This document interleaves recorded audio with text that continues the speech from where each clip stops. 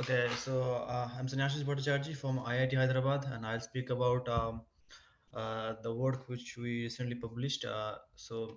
Comprehensive analysis of a non-singular bounce in f of RT gravitation.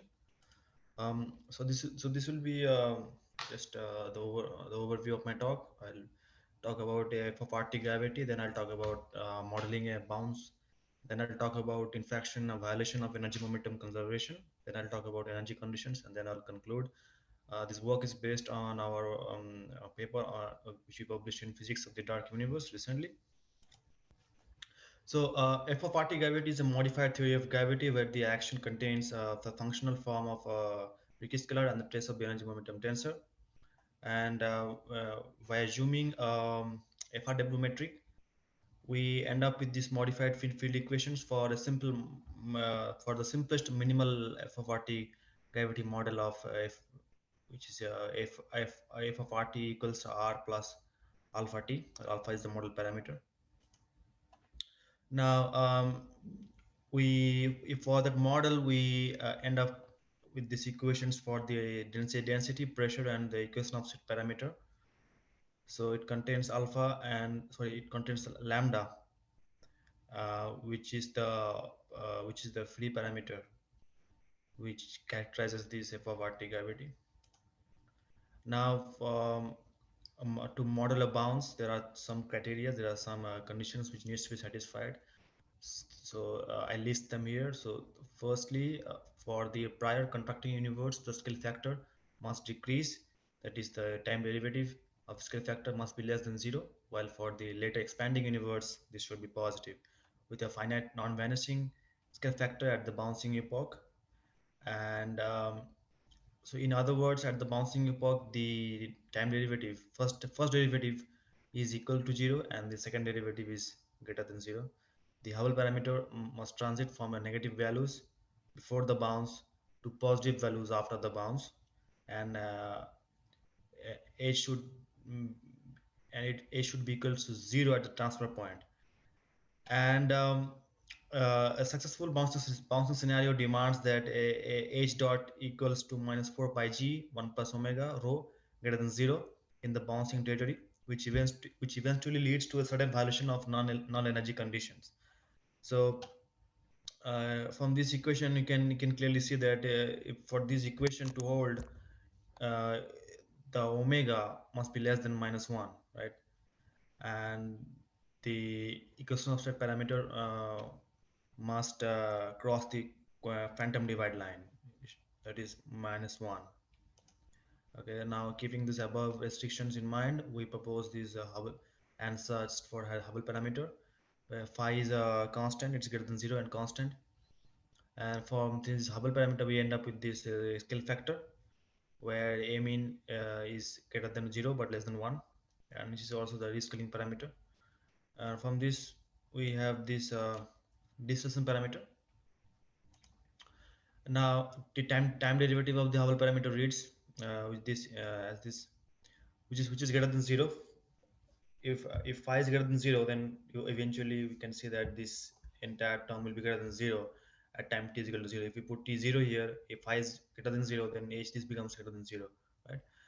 We also know that the second and higher derivatives of Hubble parameter remain finite at the bouncing epoch. For example, if you see that for t is equal to 0, this becomes 0, so this is finite, right? So yeah, so these satisfy all the conditions for a successful bounce. For this work, we used FRT is equal to R plus 2 lambda t. Therefore, with this model, we end up with these equations of state parameter. And now we constrain the parameter from the bouncing criteria that omega must be less than minus 1 at the bouncing epoch. So by substituting t is equal to 0 here, we obtain omega t is equal to 0, 1 plus 3 lambda by lambda. For 13 to be less than minus 1, lambda must lie in the range greater than minus 1 by 4, less than 0. And the time when omega transits from the phantom region to the quintessence region can be expressed as t omega minus t, the time when omega is equal to minus 1 is plus minus 5 by 8 phi, which is independent of alpha, sorry, lambda, and exactly equal when h becomes h max. Now we talk about the violation, the infraction of energy momentum conservation. So in GR we have this energy momentum conservation from this conservation equation of continuity. Now what happens is that for an expanding universe this equation is not valid. There is violation of energy momentum, and we explored the non-conservation of energy momentum through the instability parameter psi, uh, which we represent here, and this equals to zero. This signify it is conserved. This quantity, this equation is this energy momentum is conserved. For our model, the expression of psi is given by this. We see that for t is equal to zero, this is zero, but for t greater than zero, and for alpha lambda greater than zero, or lambda not greater than zero, lambda less than lambda not equal to zero, this is not zero, right? So there is a violation of energy momentum for both the contracting and the expanding universe. Now we talk about the energy conditions. For achieving a successful non-singular bounce, the equation of state parameter must lie in the phantom region. Therefore, what this does, it violates the null energy conditions, which is rho plus p. Um, the violation of the then this is the strong energy conditions, the rho plus 3p. So from these two figures, it is evident that at the bouncing epoch, we have this violation of energy conditions, and they are symmetric for both the contracting and the expanding universes. So to conclude, we this we with the scale factor for this which we proposed is not singular at the transfer point and evolves symmetrically for both the expanding and the contracting universe. The equation of state parameter x expressed, which and from this equation of the parameter we constrain lambda in the range 0 less than lambda less than greater than minus 1 by 4. um, we also showed that the violation of the energy conditions, but the violation of the energy momentum materialize for both the contracting and the expanding universes with energy flow directed in away and into the matter fields respectively.